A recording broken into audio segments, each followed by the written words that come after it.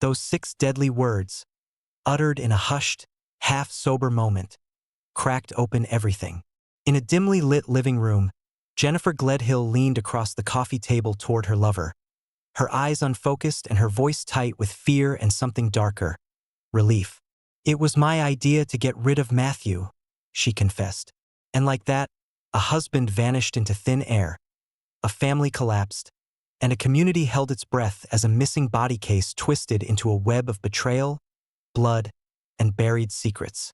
Jennifer Gledhill and Matthew Johnson appeared, at least on the surface, to be a quietly stable couple. They lived in a modest suburban home in a neighborhood where sidewalks were trimmed each weekend and neighbors waved hello. Friends described them as polite, reserved, maybe a little standoffish, but together they seemed fine. No dramatic fights, no blatant signs of trouble. Inside those walls, though, Jennifer felt trapped. Over years, small disappointments festered. Matthew missed their anniversary one too many times. He brushed off her dreams of travel and change as unrealistic. He was loving enough, but never enough to fill the void she felt. She began drifting, daydreaming of escape, company that understood her, and the freedom to weave a new life. So, when she met someone else, someone who listened, who flattered her, who didn't sigh when she talked about leaving, Jennifer began to edge closer to a danger she couldn't reverse. He was charismatic and attentive, honey smooth in conversation. He didn't know Jennifer had a husband until she told him on their 3rd date. But she didn't stay married for much longer. Something between them clicked. A shared fondness for jazz records, midnight drives, secret texts, laughter that started in the chest. He made her feel seen. Somewhere along the way, she began confiding in him. Then one evening, maybe 50 drinks in, she let the truth tumble out. Matthew was gone. She didn't say the words outright. Instead, she sketched them in implication, in pauses. He asked her straight, and she finally said it. "I killed him." His face turned gray and he stumbled back. She tried to rehearse it away, but the words had escaped. She pulled him closer and whispered, "My parents helped me clean it up. We got rid of him." He froze, not out of horror or disbelief, but because his rational mind buckled under the weight of it. He stayed silent. He called the police. Detectives arrived at the Gledhill family home the next morning. The front yard was perfect. Pruned bushes, a kid's bike tipped on its side. Nothing gave off alarm. Inside, the living room reeked faintly of bleach. They asked to speak with Jennifer. She was shaky, cotton-mouthed, eyes darting. She denied everything. The police found themselves stuck in the most chilling kind of case. Murder without a body. But they had a confession. They had statements from the lover.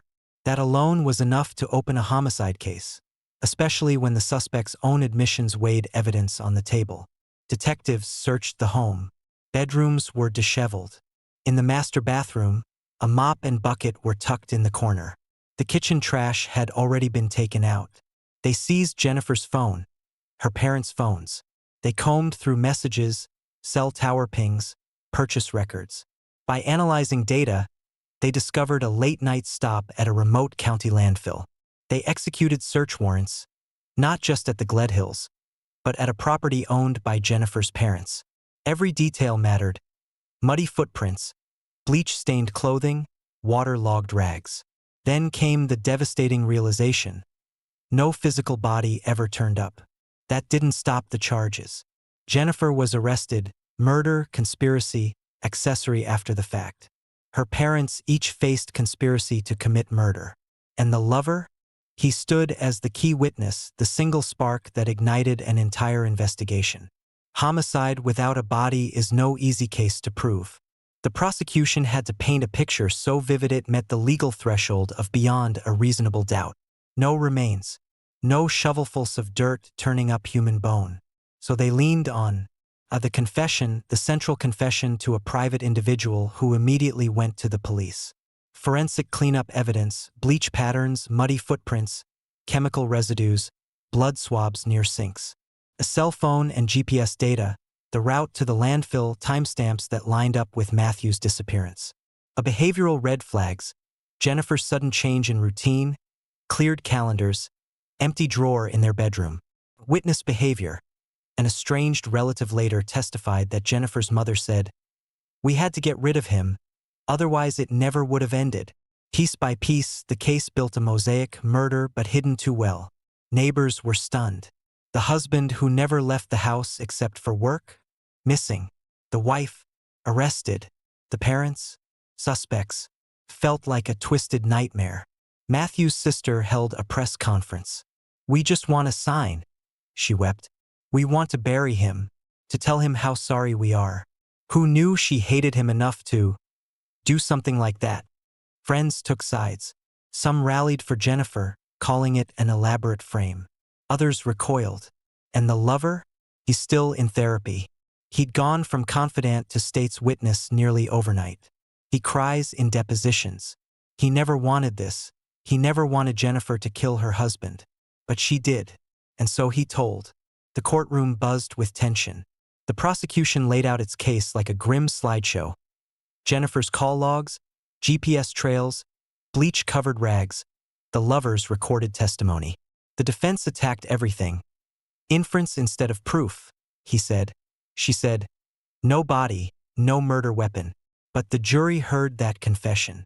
Not in court, but in a recorded recollection from the lover, verified through interview transcripts. The words echoed. She said, "I killed him. I asked my parents to help me clean it up. We got rid of him," delivered in a voice trembling with panic and something like pride. In cross-exam, Jennifer's lawyer painted her as trapped in a deteriorating marriage, torn by emotional abuse, seeking radical escape. But that didn't change the forensic evidence.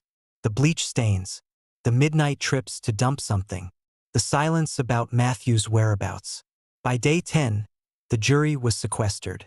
By day 13, they returned guilty on all counts. Guilty of murder and guilty of conspiracy. Jennifer's parents were convicted of being accessories after the fact. No body, but a verdict. Justice, odd, cold comfort for a family still empty-armed. Sentencing is scheduled. Jennifer faces decades behind bars. Appeals may follow. The parents may get lighter sentencing, maybe probation, maybe prison. But for Matthew Johnson, nothing changes. He has no grave, no gravestone. Restless isn't enough to describe his fate. The sister continues fighting for closure. "We need a marker. We need him somewhere." This case illustrates something darker than most murders. Impersonation and emotional betrayal. Jennifer wasn't a stranger with a grudge. She was Matthew's wife. She wore his name. Their home was supposed to be their shared sanctuary. But it became his coffin, and still no body. Her parents' involvement added another layer. Instead of intervening, they became accomplices. That complicates the narrative. Understandable in stories, unforgivable in reality. What drives a woman to murder her husband, then erase his existence as though he never lived? Fear? Spite? Escape? Or the sinister familiarity of domestic life gone toxic? We may never know. But the court gave us a criminal record, a confessed killer, and 3 guilty verdicts. No body, no closure for anyone except for justice.